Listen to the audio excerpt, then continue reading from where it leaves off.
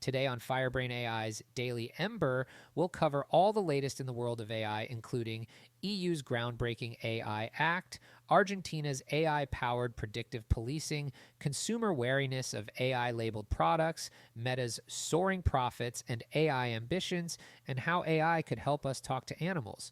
But before we get started, if you want to learn more about how to practically integrate AI into your business and daily life, join our free school community in the description below. Let's get to today's headlines.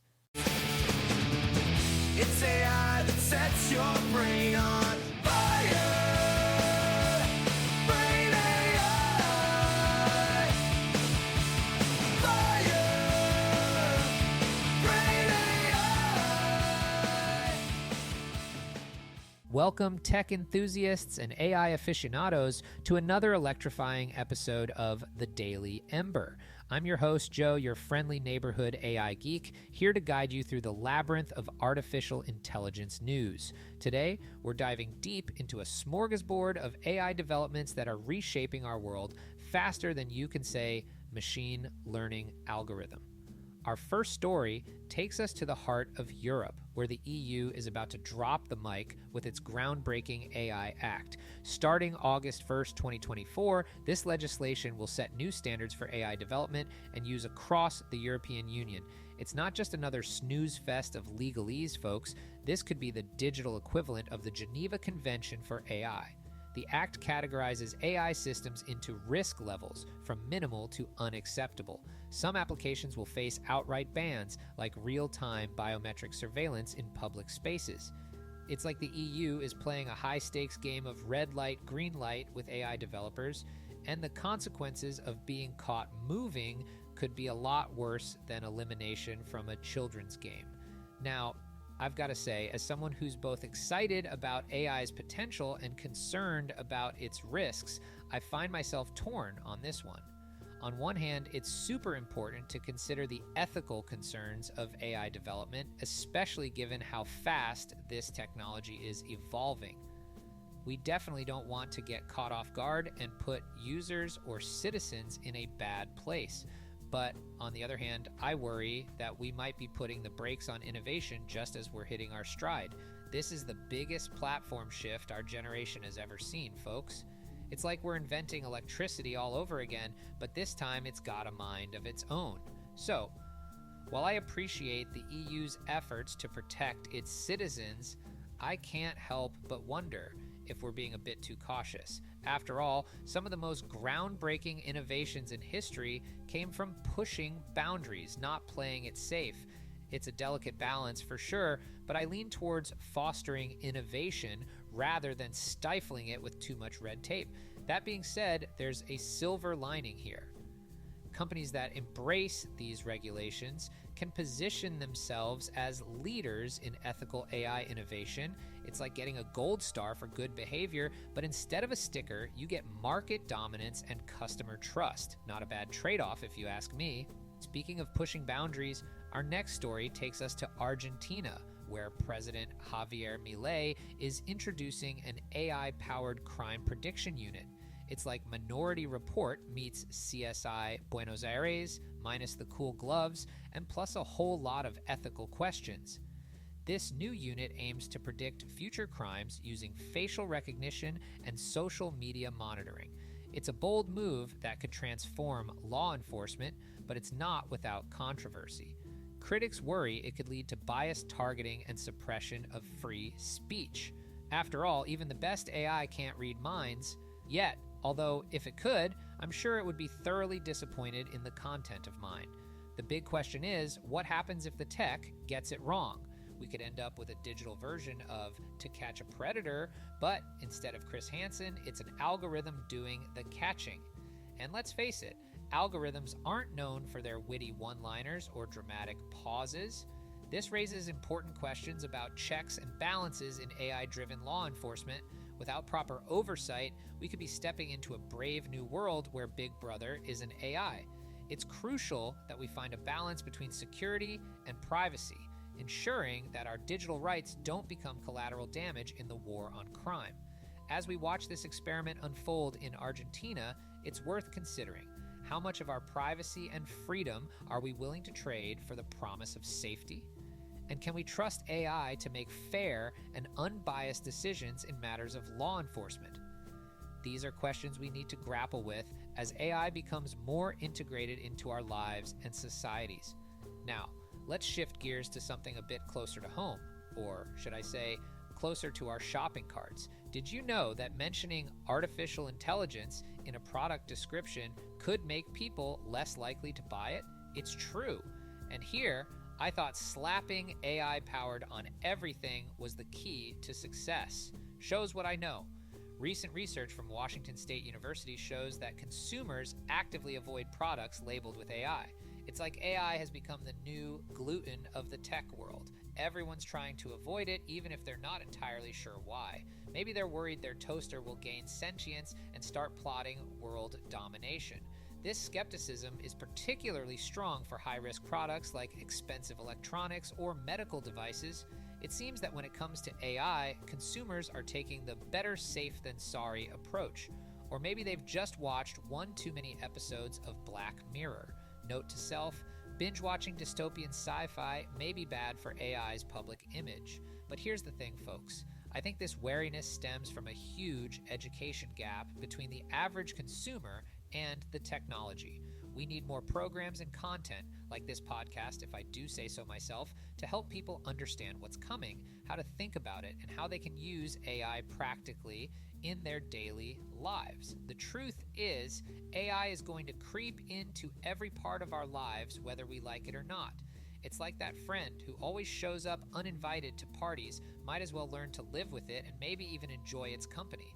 People are scared of change, especially when they don't understand the potential benefits. So, let me say it louder for the people in the back. Education, education, education.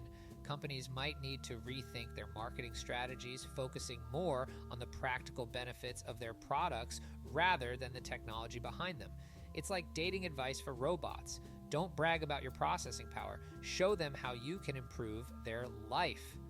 Speaking of improving lives and bank accounts, Meta is certainly making AI prevalent in their profit margins. The tech giant just reported a whopping $13.5 billion profit for the latest quarter, causing its shares to surge by nearly 7%. That's a lot of likes. I wonder if Mark Zuckerberg has a giant thumbs up button in his office that he presses every time the profits roll in. CEO Mark Zuckerberg is betting big on AI, confidently predicting that Meta AI will become the world's most used AI assistant by the end of this year.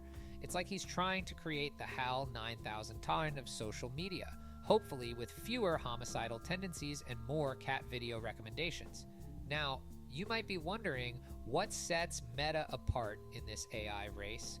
Well, in my opinion, it's their competitive advantage of data and distribution. They're transforming from a platform that my grandmother uses to share embarrassing family photos into a leader in the AI race. They have a great advantage in the fact that they'll be one of the few companies able to introduce AI to the everyday person. I also think their commitment to open source and the fact that they're not solely reliant on their models for revenue helps. It's like they're playing the long game, focusing on building the AI ecosystem rather than just their own products. But it's not all about profits and market dominance.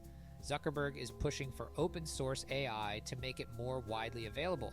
It's a noble goal. Democratizing AI could spark new creativity and improve quality of life for people worldwide. Who knows? Maybe one day we'll have AI assistants that can actually understand our accents and our sarcasm. And speaking of understanding, our final story today is about how AI could help us talk to animals. Yes, you heard that right. Dr. Dolittle might soon be out of a job. Although, given that he was a fictional character, I suppose he was already out of a job. But you know what I mean. Researchers are using machine learning tools to decode animal communication from elephant names to dolphin dialects. It's like we're developing a universal translator for the animal kingdom. Soon, we might be able to ask our pets why they insist on waking us up at 3 a.m. for seemingly no reason. Although, I suspect the answer will just be because we can. Now, If I could have a conversation with any animal using AI translation, I'd start with my own pets. I'd ask my dog why he always prefers to poop inside rather than outside immediately after I've taken him out, and I'd have a serious chat with my cat about his insistence on eating houseplants, despite the fact that it makes him puke. It's like living with tiny furry vandals sometimes. But jokes aside, this technology isn't just about satisfying our curiosity. It could revolutionize wildlife conservation, improve animal welfare, and even help prevent human-animal conflicts. Imagine being able to politely ask bears to avoid your campsite or negotiating with pigeons to stop using your car as a toilet. "Excuse me, Mr. Pigeon, but I just had this washed. Perhaps you could redirect your droppings to that statue over there?" The ethical implications are staggering. If we can talk to animals, we must also listen to them. This could lead to a fundamental shift in how we view and treat other species. It's like we're on the brink of a real-life Disney movie, minus the singing crabs, probably. As we wrap up today's episode, let's take a moment to reflect on the incredible pace of AI development, from shaping international law to predicting crime, influencing our shopping habits to boosting tech giants' profits and potentially bridging the communication gap with other species. AI is touching every aspect of our lives. But here's what keeps me up at night, folks. The speed of AI development is far outpacing our ability to educate both everyday users and businesses about its implications. I think the world will look very different in 5-10 years, and we need to be helping people think about how to prepare for this brave new world. The future of AI is being written right now, and we all have a part to play in shaping it. Whether it's staying informed about new regulations, being mindful of our digital rights, or simply being open to the possibilities that AI presents, we can all contribute to ensuring that this powerful technology serves humanity's best interests. So here's your AI challenge for the week. Try using an AI writing assistant for a day. Notice how it changes your workflow and share your experiences in our Firebrain AI community. Who knows, you might even write the next great American novel, or at least a pretty decent tweet. Remember, in the world of AI, the future is not just coming, it's already here. It's up to us to decide what we want that future to look like. Do we want a world where AI is a tool for empowerment and progress, or one where it's a source of division and inequality? The choice, as they say, is ours. Until next time, this is Joe from the Daily Ember, reminding you to stay curious, stay informed, and remember, even in a world of artificial intelligence, human wisdom is irreplaceable. After all, someone has to be around to laugh at the AI's jokes, right? And to clean up after those AI-resistant indoor pooping dogs. That's going to do it for us today, Firebrains.